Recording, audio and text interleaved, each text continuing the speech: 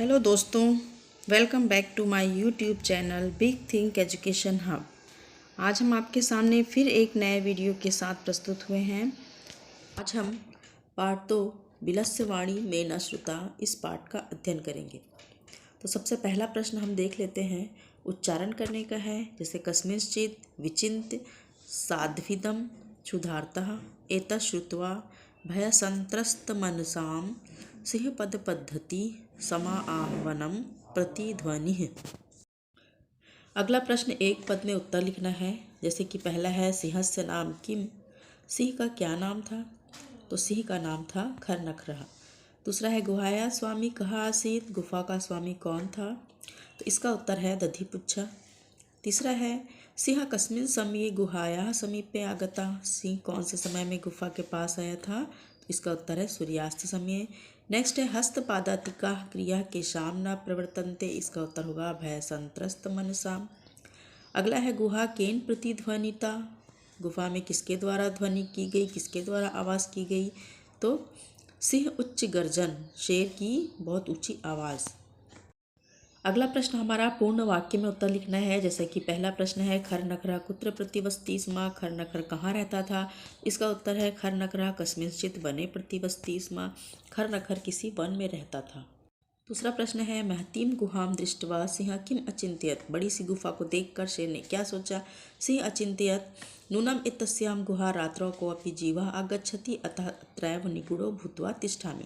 सिंह ने सोचा, अवश्य ही इस गुफा में रात में कोई जीव आता है, इसलिए यहीं छुपकर बैठ जाता हूँ।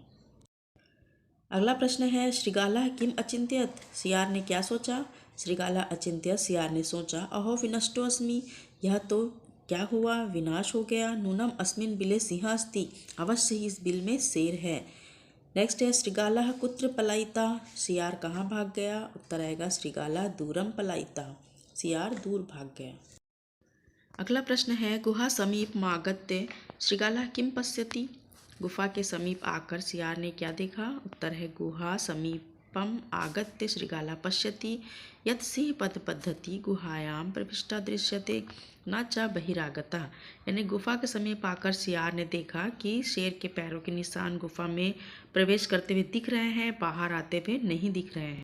अगला प्रश्न है, कह शोभते, कौन शोभित होता है? यह अनागतम कुरुते स शोभते। जो विपत्ति में भी सामना कर लेता है वह शोभित होता है। अगला प्रश्न है, प्रश्न निर्माण करना है। देखते हैं पहला प्रश्न, क्षुधार्ता सिंह कुत्रापि आहारम न प्राप्तवान। भूख से व्याकुल शेर कहीं भी आहार को प्राप्त नहीं कर सका। इसका प्रश्न होगा, कीदृशः सिंह, कैसा सिंह। दूसरा है, दधिपुच्छा नाम श्रृगाला गुहाया स्वामी आसीद। दधिपुच्छ नाम का सियार गुफा का स्वामी था। किम नाम श्रृगाला, किस नाम का सियार गुफा का स्वामी था। ऐसा गुहा स्वामिनः सदा आह्वानम करोति। यह गुफा हमेशा से अपने स्वामी का आह्वान करती है। इसका प्रश्न बनेगा, ऐसा गुहा कस्य सदा आह्वानम करोति। कस्य यानी किसका हमेशा से आह्वान करती है। भय संत्रस्त मनसाम हस्तपादादिका क्रिया न प्रवर्तन्ते।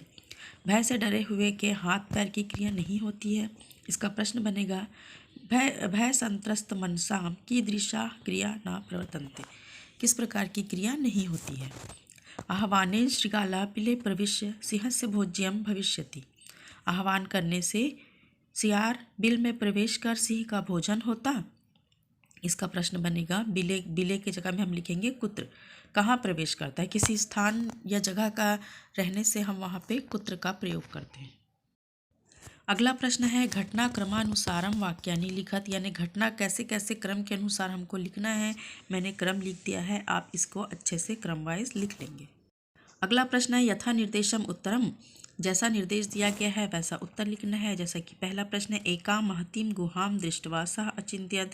अस्मिन् वाक्ये, इस वाक्य में कति विशेषण पदानि, कितने विशेषण पद, संख्याया सह पदानि लिखत। कितने विशेषण पद है, संख्या के साथ लिखना है। तो इसका उत्तर होगा, एकां महती जो है वो विशेषण पद है और 2 है, 2 संख्या है, इसलिए हमने द्वे लिखा है। अगला प्रश्न देख लेते हैं, तद हम अस्य आह्वानम करोमि। तब मैं उसका आह्वान करता हूँ। अत्र अहम इति पदम कस्मै प्रयुक्तम। यहाँ अत्र पद जो है वो किसके लिए प्रयुक्त हुआ है? तो ये सियार के लिए प्रयुक्त हुआ है, इसलिए इसका उत्तर होगा श्रृगालस्य से। अगला है यदि त्वं मां आहर्यसि, यदि तुम मुझे बुलाओगे। अस्मिन् वाक्ये कर्तृपदम किम, इस वाक्य में कर्ता पद कौन है? तो इस वाक्य में कर्ता पद है त्वं। अगला प्रश्न है सिंह पद पद्धति गुहायाम प्रविष्टा दृश्यते, शेर के पैरों के निशान गुफा में प्रविष्ट करते हुए दिखाई दिए। अस्मिन् वाक्ये क्रियापदम किम, इस वाक्य में क्रियापद क्या है? इसका उत्तर होगा दृश्यते, क्रिया दृश्यते है।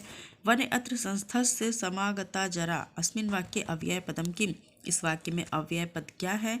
तो इस वाक्य में अव्यय पद अत्र है। अगला प्रश्न है अव्यय पदों से रिक्त स्थान भरना है। जैसे कि एकस्मिन् वने डैश व्याघ्रः, कश्चन व्याघ्रः, कोई व्याघ्र, जालम विस्त्री, जाल को फैलाकर दूरे स्थिता, दूर में चला गया, आकाशात् सपरिवार, कपोतराजा, आकाश से अपने परिवार के साथ कपोतराज, नीचे अगच्छत, नीचे आए, यदा कपोता तंडुलान अपश्यन, तंडुलान का अर्थ होता है चावल के दाने। जब कबूतरों ने चावल के दाने देखे तथा तेषाम लोभ हो जाता, तब उन्हें लालच आ गया। परम राजा सहमता नास्ति, लेकिन राजा सहमत नहीं थे। तस्य युक्ति आसीत, उन्होंने उपाय एक सोचा था। यदि वने को अपि मनुष्य नास्ति, यदि वन में कोई भी मनुष्य नहीं है, कुतो तंडुला नाम संभवा, तो चावल के दाने कहाँ से आ सकते हैं? परम राजा उपदेशम अस्वीकृत्य कपोता तंडुलान खादितुम प्रवृत्तो जाले च निपतिता, लेकिन राजा के आज्ञा को उन्होंने उसके उपदेश को अस्वीकृत किया और चावल खाने में लग गए और जाल में फंस गए। अतः उत्तम सहसा विद्धि न क्रिया, इसलिए कहा गया है अचानक से कोई भी काम नहीं करना चाहिए।